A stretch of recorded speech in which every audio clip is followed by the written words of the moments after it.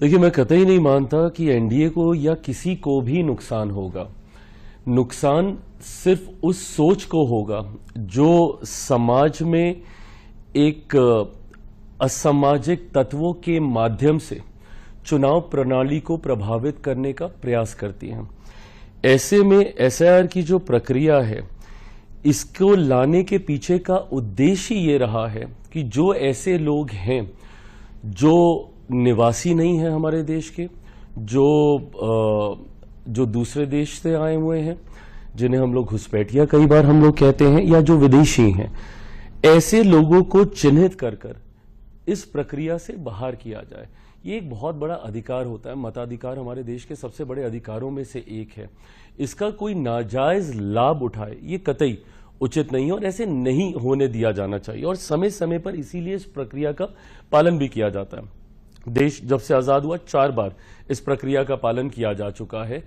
इस बार भी कारण इसके पीछे विपक्ष ही रहा है, क्योंकि विपक्ष ही बार बार हर चुनाव के बाद चुनाव आयोग का दरवाजा खटखटाता था और बार बार ये शिकायत करता था कि वोटर लिस्ट में धांधली हुई है, वोटर लिस्ट में गड़बड़ी हुई है। लोकसभा चुनाव के बाद भी इन लोगों ने ऐसा ही किया, दिल्ली चुनाव के बाद, महाराष्ट्र के चुनाव के बाद, तो अभी तक ये लोग हम लोग को कोसते ही इसी बात को कहकर हैं कि आप लोगों ने वोटर लिस्ट में धांधली की है।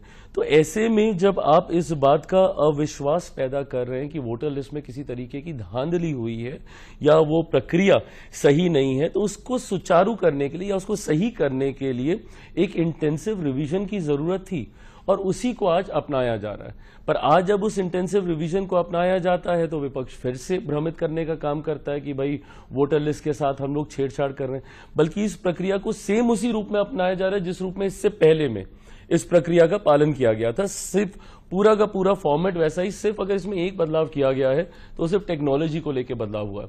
पहले आपको फिजिकली जाके डॉक्यूमेंटेशन आपको सबमिट करने होते थे, अब आप इसको ऑनलाइन भी कर सकते हैं। इसके अलावा इसके प्रोसेस में कहीं कोई और बदलाव नहीं किया गया है। आप जाएंगे चुनाव आयोग शिकायत करने, चुनाव आयोग आपकी शिकायत को गंभीरता से लेते हुए जब उसके लिए एक रास्ता निकालता है, उस रास्ते पे भी आपको शिकायत होती है। हकीकत यह है, विपक्ष ने एक नए राजनीति का तरीका ढूंढ लिया।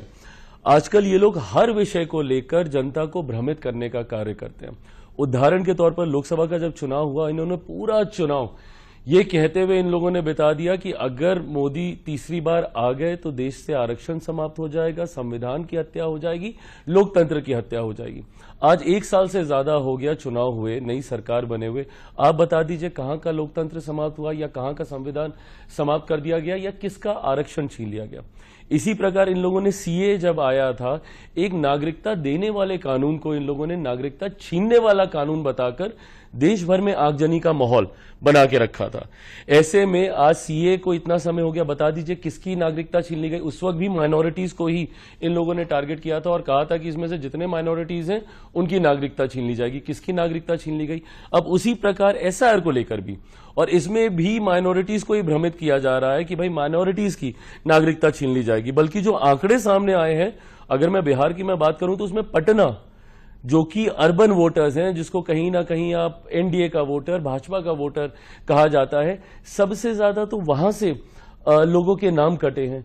तो सिर्फ झूठ बोलना, लोगों को डराकर अपने पक्ष में करना, ये विपक्ष की राजनीति का हिस्सा बन गया। और वो Subscribe to One India and never miss an update.